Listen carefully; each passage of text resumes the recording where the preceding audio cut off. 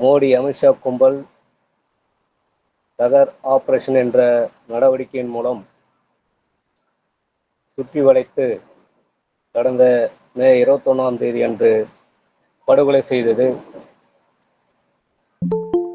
அந்த படுகொலையை கண்டித்தும் தொடர்ந்து போராடுகின்ற மாவோயிஸ்டுகளையும் பழங்குடி மக்களையும் வேட்டையாடி வரும் மோடி அரசினுடைய அரசு பயங்கரவாதத்தை எதிர்த்து இந்த இணைய வழி கூட்டம் நடந்து கொண்டிருக்கிறது.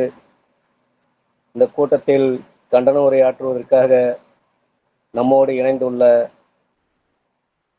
தமிழ் தேசிய விடுதலை இயக்கத்துடைய தலைவர் தோழர் தியாக அவர்களே, அதற்கு பின்னால் உரையாற்ற இருக்கின்ற எழுத்தாளர் தோழர் முருகவேல் அவர்களே, மக்கள் ஜனநாயக இளைஞர் கழகத்தின் மாநில சிறப்பு பேச்சாளர் தோழர் செயல்முருகன் அவர்களே, இறுதியாக நன்றி உரையாற்ற இருக்கின்ற மக்கள் ஜனநாயக இளைஞர் கழகத்தினுடைய கடலூர் விழுப்புரம் மாவட்ட அமைப்பாளர் தோழர் சசிகுமார் அவர்களே, இணையத்தின் வழியாக நம்மோடு இணைந்து இந்த கூட்டத்திலே கலந்து கொண்டிருக்கின்ற அனைத்து தோழர்களுக்கும் புரட்சிகர வணக்கத்தினை தெரிவித்துக் கொண்டு இந்த கூட்டத்தினை துவங்குகிறோம். அன்பார்ந்த தோழர்களே, மோடி அரசாங்கம் இன்று ஒரு பாசிச காட்டாட்சியை நடத்தி வருகின்றது என்பது நாம் அனைவரும் தெரிந்ததே. கடந்த மாதம் தோழர்களை படுகொலை செய்ததனுடைய நோக்கம், அவர்கள் படுகொலை செய்து மட்டுமல்லாமல் கொக்கரித்துக் கொண்டிருக்கிறார்கள். மாவோயிஸ்டுடைய பொது செயலாளரையே நாங்கள் கொன்றுவிட்டோம் என்று அமித்ஷாவும் மோடியும் கொக்கரித்துக் கொண்டிருக்கிறார்கள்.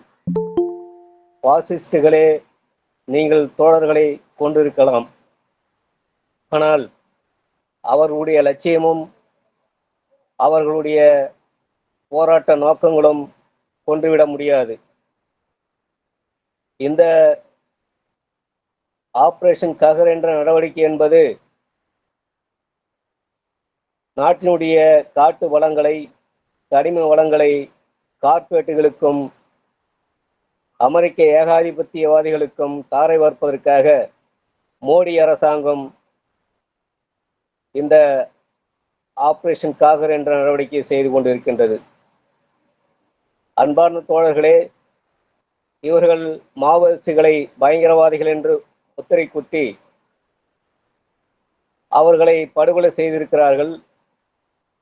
தங்களுடைய வாழ்வாதாரத்திற்காக போராடி கொண்டிருக்கின்ற அந்த பழங்குடி மக்களை மிக கொடூரமாக கொண்டு வைத்துக் கொண்டிருக்கிறார்கள். அந்த மக்கள் காடுகளிலே நீண்ட நெடிய காலமாக அங்கே வாழ்ந்து வரக்கூடியவர்கள். காடு என்பது பழங்குடி மக்களுடைய நிலம். அந்த நிலத்தை அபகரித்து நிலத்தின் அடியில் இருக்கின்ற கனிம வளங்களை கார்ப்பரேட்டுகளுக்கு தாரை வார்ப்பதற்காக மோடி அரசாங்கம் இந்த நடவடிக்கையை தொடர்ந்து செய்து கொண்டிருக்கின்றது.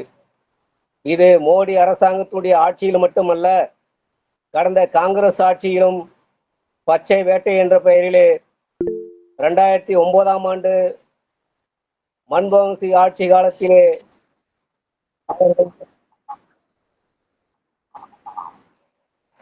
அவர்கள் ஒரு அடக்குமுறையை நடத்தினார்கள். தொடர்ந்து காங்கிரஸ் ஆட்சியும் சரி, அதன் பின்னால் வந்த மோடி அரசாங்கமும் சரி, பழங்குடி மக்களுடைய அந்த நிலங்களை அபகரித்து அவர்களை அங்கே விரட்டி அடித்துவிட்டு பூமிக்கு அடியில் இருக்கின்ற கனிம வளங்களை இன்று கொள்ளையடிப்பதற்காக தான் இந்த காகர் வேட்டை. நாட்டினுடைய கனிம வளங்களிலே 25% வளங்கள் ஜார்க்கண்ட் மாநிலத்திலே அடங்கியிருக்கின்றது. அதே போல பாக்சைட் வளத்திலே 70%, இரும்புத்தாது வளங்களில் 28%, ஒரிசாவில் இருக்கின்றது. தெலுங்கானா மற்றும் ஆந்திராவில் நிலக்கரி மற்றும் பாக்சைட் சுரங்கங்கள் உள்ளன.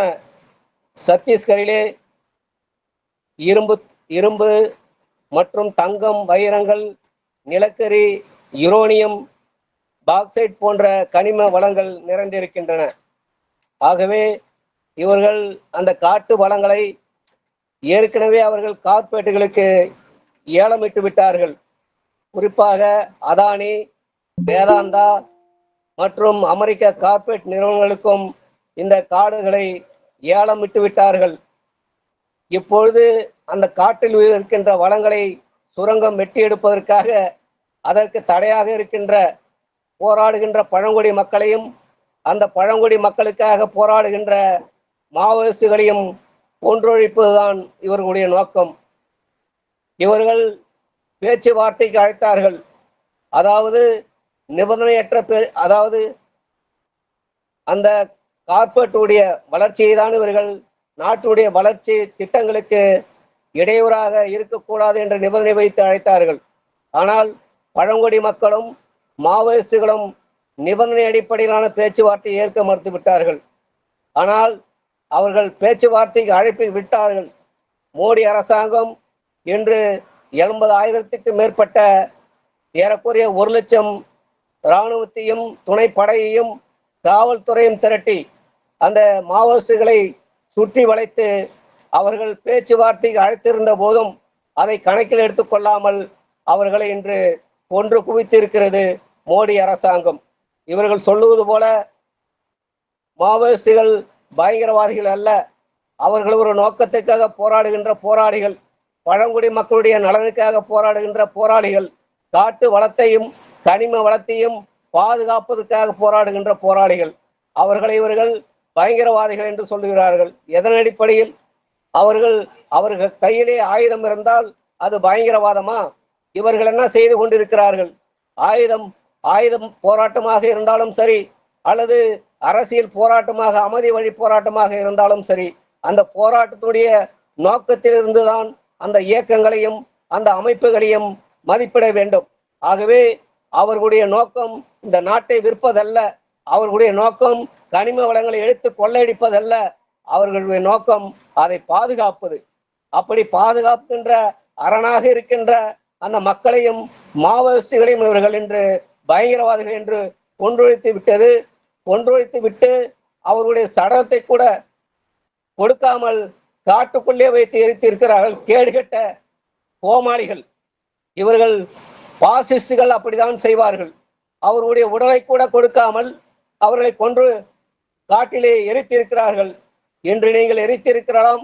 ஆனால் அந்த மக்கள் இதற்காக பாடம் கற்பிப்பார்கள், தொடர்ந்து போராடுவார்கள். உங்களுடைய இந்த நாட்டை ஏலம் போட்டு விற்கின்ற அந்த செயலை எதிர்த்து போராடுவதற்கு அநேகமாவார்கள். உண்மையிலேயே இன்று நீங்கள் ஆயுதம் வைத்திருப்பதால் பயங்கரவாதி என்று சொல்லுகிறீர்கள். ஆனால் உங்களிடம் இருக்கின்ற ஆயுதம் என்ன செய்து கொண்டிருக்கின்றது? இந்த நாட்டை பாதுகாக்கின்றதா? இந்த நாட்டிலே மக்களுக்கு பாதுகாப்பு இருக்கிறா? உங்களால காஷ்மீரில் நடந்த விஷயத்திலே நீங்க என்ன செய்தீர்கள்? காஷ்மீரிலே 26 பேரை சுட்டு கொண்டு விட்டு சென்றார்கள். உங்க இராணுவம் என்ன செய்தது? அங்கே வேடிக்கை பார்த்து கொண்டிருந்தது. 10 பேருக்கு ஒரு இராணுவத்தை வெட்டி வைத்திருக்க பொழுது 26 பேரை சுட்டு கொண்டு விட்டு சென்றிருக்கிறார்கள் என்று சொன்னால் நீங்கள் யாரை பாதுகாப்பதற்காக இந்த இராணுவம் வைத்திருக்கிறீர்கள்? மக்களை பாதுகாப்பதற்காக அல்ல, மக்கள் நலனுக்காக போராடுகின்ற இயக்கங்களையும் மக்களுடைய உரிமைகளுக்காக போராடுகின்ற அமைப்புகளையும் பழங்குடி மக்களையும் கொன்றொழிப்பதற்காக தான் உங்களிடம் இருக்கின்ற இராணுவம். ஆனால் மக்கள் தங்களுடைய உரிமைகளுக்காக போராடும் பொழுது, பழங்குடி மக்கள் போராடும் பொழுது அந்த மக்களை பயங்கரவாதிகள் என்று முத்திரை குத்தி இன்று படுகொலை செய்து கொண்டு இருக்கின்ற பாசிச மோடி அரசாங்கம். இந்த கார்ப்பரேட் நலன்களுக்காக இன்று மோடி அரசாங்கம் மிக அமெரிக்காவோடு ஒப்பந்தம் போட்டிருக்கின்றது. அண்மையிலே பிப்ரவரி 23ஆம் தேதி அன்று ட்ரம்போடு சென்று ஒரு ஒப்பந்தம் போடப்பட்டிருக்கிறது. அதுக்கு பெயர் காம்பேக்ட். அதாவது 21ஆம் நூற்றாண்டினுடைய இராணுவம், வர்த்தகம் மற்றும் போன்ற துறைகளிலே ஒரு ஒப்பந்தம் போடப்பட்டிருக்கிறது. அந்த ஒப்பந்தத்துக்கு அவர்கள் காம்பேக்ட் என்று பெயர் வைத்திருக்கிறார்கள்.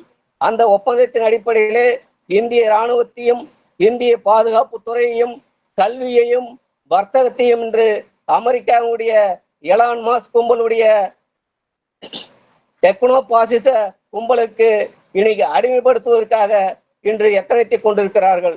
இந்த நாட்டுடைய வளங்களை அமெரிக்காவுக்கும் கார்ப்பரேட்டுகளுக்கும் தாரை வார்ப்பதற்காக மோடி அரசாங்கம் இப்படிப்பட்ட படுகொலையை செய்து கொண்டிருக்கின்றது. ஆகவே இவற்றை எதிர்த்து போராடுவதற்கு ஜனநாயக சக்திகளும் புரட்சிகர இயக்கங்களும் ஒன்று வர வேண்டும். அதற்காக குரல் கொடுக்க வேண்டும். இந்த மோடி அரசாங்கத்துடைய அரசு பயங்கரவாதத்தை எதிர்த்து போராட வேண்டும் என்ற அடிப்படையிலே இந்த கூட்டத்தை நாம் இங்கே ஏற்பாடு செய்து கொண்டிருக்கின்றோம். அந்த வகையிலே இந்த கூட்டத்தினுடைய அடுத்ததாக தோழர் தியாக அவர்கள் உரையாற்றுவார்கள்.